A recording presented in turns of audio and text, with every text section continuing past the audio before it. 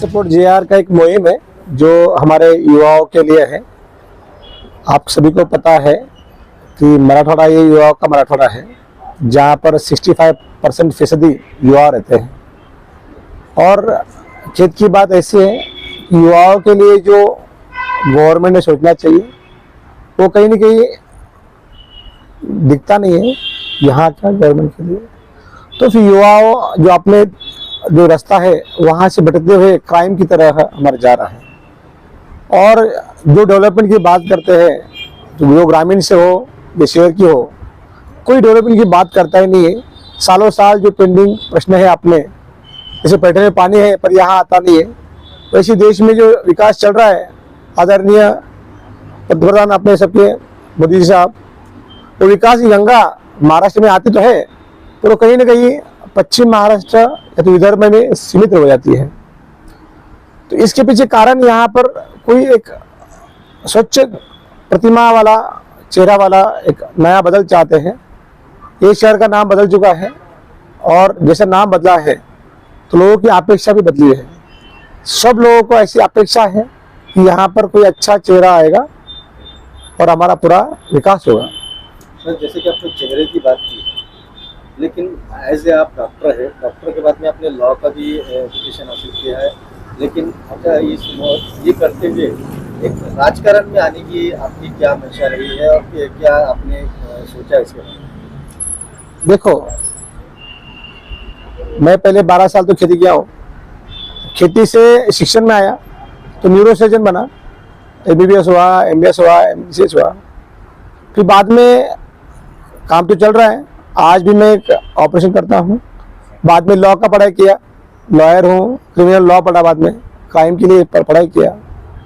बाद में बिजनेस के क्लासेस किए, जो इंडस्ट्रीज के लिए 3 कंपनियाँ डाली, उसमें युवाओं को रोजगार मिल रहा है। और साथ ही साथ जो जहाँ से मैं आया हूँ वहाँ फिर से मैं कनेक्ट जब होता हूँ, बहुत सारी बातों का जो पढ़ाई करता हूँ, समझ में आता है कि यहाँ बड़ा बदलाव अगर करना है, जैसे कि अभी खुद के लेवल पर सामाजिक कार्य अगर है तो 15-20 कार्य चल रहे हैं जो मातृशक्ति के लिए है। युवाओं के लिए अभी अगर देखेंगे बाजू में हॉस्टल है जो 50 बच्चे वहाँ रहते हैं, फ्री ऑफ कॉस्ट हॉस्टल है। तो अगर बड़ा लेवल पे करना है शिक्षा के लिए, लॉ एंड ऑर्डर के लिए, तो वहाँ पर जाना जरूरी है जो पूरा जिला का देख सके। यह दिल्ली से गली तक अगर विकास करना है तो उसके लिए स्टेप उठाना जरूरी होता है। किसी न किसी को वहाँ आना पड़ेगा। हमारे जैसे डॉक्टर्स रहेंगे या वकील साहब रहेंगे, हम संतुष्ट होते हैं, पैसा सब आ चुका है, सब अच्छे खाने के दिन आ चुके हैं। मेरे लिए 2 ऑप्शन है, एक तो अच्छा आराम करूँ, खेलूँ, दूसरा है कि जितना कष्ट किया है उससे ज़्यादा कष्ट करूँ और जो नॉलेज लिया है वो लोग कल्याण में डालूँ। तो सेकंड ऑप्शन मैंने निवड़ा है, जो चूज किया है। राजकारण में आपने आगे का सोच लिया है, ठान लिया है, और लेकिन इसमें लोकसभा चुनाव जो आने वाले हैं 2024 के, तो आप इसको कैसे देखते हैं? क्या आप किसी पक्ष से लड़ेंगे या अपक्ष लड़ेंगे? क्या मुद्दा है? राजकारण में आ रहे ऐसा नहीं है, हम सभी जिसके पास वोटर ID है वो सभी राजकारण में इसका हिस्सा है। हाँ, उसमें कार्य करने के लिए उतरे हैं अगर आप ऐसे बताते हैं तो बेशक कोई ना कोई तो आगे आना पड़ेगा। और मैं आपको सभी को बताना चाहता हूँ, कोई मेरे यंग यूथ है, सबको मेरा विनती है कि सभी ने लोकतंत्र में आना चाहिए। हमारे डॉक्टर बाबा साहब अम्बेडकर जी का आशीर्वाद है हम पर, उनके संविधान के हिसाब से जब तक युवा इसमें जाएंगे नहीं तो ये बदलाव नहीं दिखेगा नहीं। आपको पता रहेगा जब हमारा भारत स्वतंत्र हुआ तो 25% युवा हुए थे। आज उसका हालत कैसा हुआ? पारंपरिक राजनीति, पारिवारिक राजनीति के हिसाब से आज वो 7% पे आ चुका है और उसमें भी 6% second generation, third generation politics है। इसका मतलब युवा क्या करेंगे? युवा को आना चाहिए। युवा जब आएंगे तो ये नया भारत आएगा। और आप आदरणीय मोदी जी साहब का भी देख लीजिए, युवाओं को ही बढ़ावा दे रहे हैं और युवाओं को आगे लेकर ही बड़ा चेंज होगा। और आप भी जानते हैं और आपके दिल में भी वही है, इसलिए आप भी मेरे साथ हैं। मेरा इसमें सवाल था कि आप किसी पक्ष के टिकट लेंगे या फिर अपक्ष? मैं आज भी इलेक्शन लड़ूंगा, ये मैंने आज कोई भी पोस्टर पर, बैनर पर, कहीं पर भी ऐसा वक्तव्य नहीं किया है।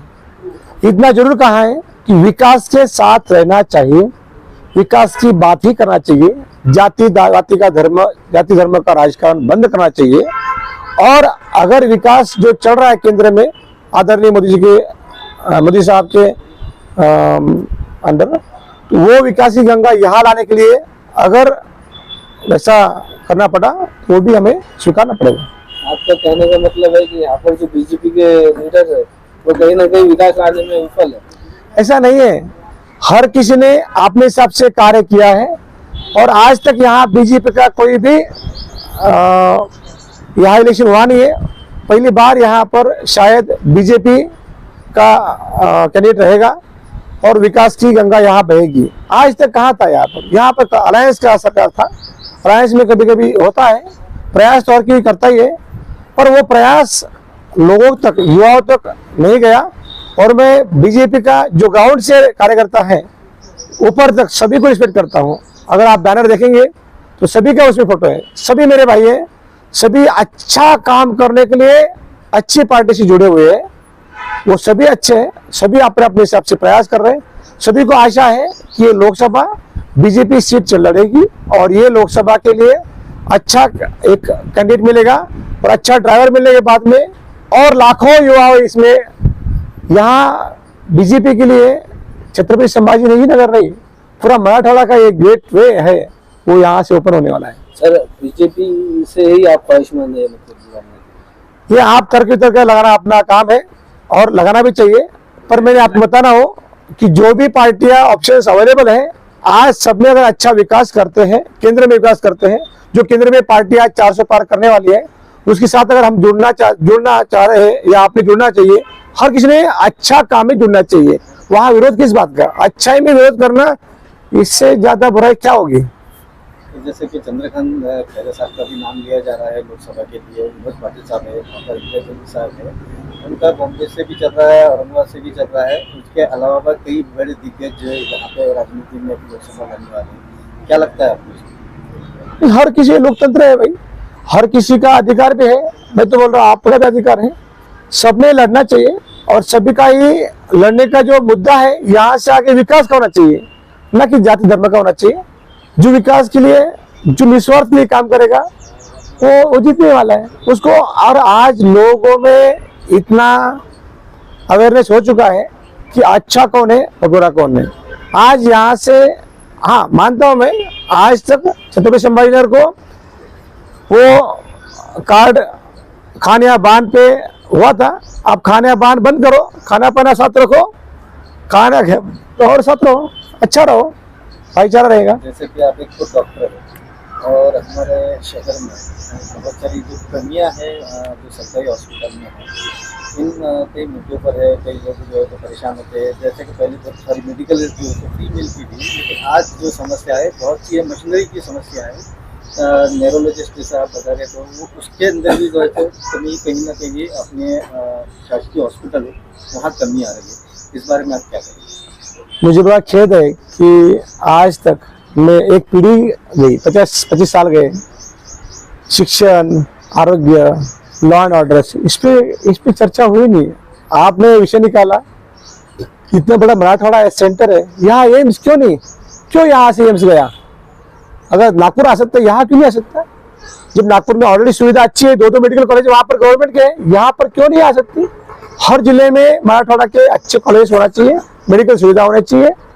और यहाँ पर आने वाली इंडस्ट्रीज, आपको पता है बड़े बड़ी कंपनियां यहाँ से, यहाँ आने से कहीं और चली गई, क्यों हुआ ये? गुजरात, दमन जैसे एरिया में यहाँ से हमारे पास चली गई है, जिसकी वजह से हमारे जो सुशिक्षित विद्यार्थी यहाँ पे एजुकेशन ले चुके हैं, लेकिन उनको काम नहीं मिल पा रहा। जहाँ कहीं दिक्कत होती है तो आप इस पर क्या जोर देंगे कि हमारे जो विद्यार्थी है उनको जो काम लोकलिटी में मिलना चाहिए, वो कहीं अदर स्टेट में जा रहा है, तो इसको क्या? आपको बताना चाहता हूँ, ये युवाओं का शहर है, ये युवाओं का मराठवाड़ा है। और जब इतना बड़ा युवा है, यहाँ इंडस्ट्री के लिए रेड कारपेट अगर बना देते हो, जैसे सिंगल विंडो रहेगा सिस्टम, किसी को कंपनी डालना है तो उसके लिए सिंगल विंडो फॉर्म बना के अगर वो सिस्टम करते हैं और यहाँ पर आने के लिए उनको स्वागत करते हैं, पैसे की कमी नहीं है। व्यवसाय वहाँ पर जो करने चाह रहा है उसका सपोर्ट के लिए अगर करते हैं तो मुझे लगता है यहाँ पर लाखों युवाओं को रोजगार मिलेगा। आपको मैं बताना चाहता हूँ, जब लॉ करते समय हमने 10 स्पॉट ऐसे शहर में वहाँ सर्वे किया। मेरे युवा भाई जो घर से निकलते हैं वहाँ खड़े रहते हैं, कोई काम मिलेगा, दोपहर होती है कोई काम मिलता नहीं है, फिर उनको बाजू में बटर मिलता है जो कि एक नशा का दवा है, और वो अच्छा प्रवाह से बुरा प्रवाह में जाता है। और इसी ये बहुत बड़ा मेन रीजन है, युवाओं को चाहिए काम, जिसको काम मिलता नहीं है, इसलिए क्राइम बढ़ता है। तो आपको बताना चाहता हूँ, यहाँ पर अगर आप टूरिज्म की बात करते हो, टूरिज्म और मेडिकल टूरिज्म लाया तो 2 से 2.5 लाख युवाओं को यहाँ पर रोजगार मिल सकता है। अगर आप इंडस्ट्री की बात करते हो, ये सेंटर ऑफ महाराष्ट्र आता है, ये तो पूरा उसके लिए बना ही है। तो यहाँ पर लाखों युवाओं को रोजगार मिलेगा, और युवाओं को अगर रोजगार मिलता है तो ये सब बाकी मुसीबतें कम हो जाएगी। यही तो उद्देश्य है JR का। आपके सवाल ये कि वाकई में निश्चित रूप से आप किसी पक्ष से लड़ेंगे या किसी को सपोर्ट करेंगे? आज की बात ऐसे है, आज का दिन पता है, ये मोमेंट चल रहा है, सभी उसमें युवा है, गांव गांव शहर शहर। 2 सर्वे किया, दोनों में जो सपोर्ट मिल रहा है, अगर ऐसी नौबत आती है तो गांव गांव में फिर से सपोर्ट किया जाएगा, फिर से रिव्यू लिया जाएगा, और जो जनमत रहेगा उसके साथ जाना अच्छा रहेगा। आपको बताने में कोई गलत नहीं होगा। जब से पहले ना JR पे कोई फोटो था नहीं, तो JR के बड़े बड़े मीनिंग निकाले, अलग अलग अर्थ निकाले गए। तो JR for justice for right अगर आप बताते हो तो जीवन राजपूत भी हो सकता है, पर वैसा नहीं है। वो सीमित मेरे नाम से नहीं है, वो सबसे साथ में है। और इसका रिव्यू आने के बाद में सबका ऐसा बताना है कि यहाँ पर चेंज तो 100% होगा, नया चेहरा ही आएगा, नया नाम आएगा, और नया विकास की गंगा शुरू होगी। नाम नहीं बताया, किसका नाम? क्या वाकई में आप इस राजनीति में आकर जो है तो इस तरीके के विकास के मुद्दों को लेकर लोगों की मदद करना चाह रहे हैं, या किसी पक्ष या पार्टी या पक्ष ऐसे उम्मीदवार को जिसको आप लाइक करते हैं? वही तो बताया कि अगर कोई अच्छा चेहरा आता है फॉर्म भरने के दिन तक, तो हम उसके साथ रहेंगे, जो ये सब बातों का विकास ग्रामीण शहर सभी का करेगा, और जो निस्वार्थ भाव से रहेगा उसके साथ रहेंगे। अगर कोई आता नहीं है तो आगे आना ही सही रहेगा, और वो विकास की जो भी पार्टी रहेंगी उसके साथ जुड़ना अच्छा रहेगा। इसमें लोगों से क्या अपील करना चाहेंगे आप कि किस उम्मीदवार को वो जो है तो लोकसभा में चुनते थे? मैं आप सभी युवाओं को, सबसे पहले युवाओं को बोलना चाहता हूँ कि आपने वोटिंग का अधिकार जो है वो यूज करना चाहिए। और अगर हम 65% आते हैं, हम घर में जाकर हमारी माता भगिनी रहेंगी, जो भी वोटिंग रहेंगे, सबको वोटिंग करने के लिए वहां पर प्रवृत्त करना चाहिए। और जो चेहरा अच्छा है, जो चेहरा निस्वार्थ है, जो अच्छाई का काम करना चाहता है, जो बदल करना चाहता है, उसके साथ आपने रहना चाहिए। और कोई भी जाति धर्म पक्ष में आप नहीं आते हुए एक इंडिविजुअल के साथ में, और हाँ, विकास की गंगा में जो सेंटर में सपोर्ट कर सकते हैं, ऐसे आदमी को आपने सपोर्ट करना चाहिए। धन्यवाद। Thank you.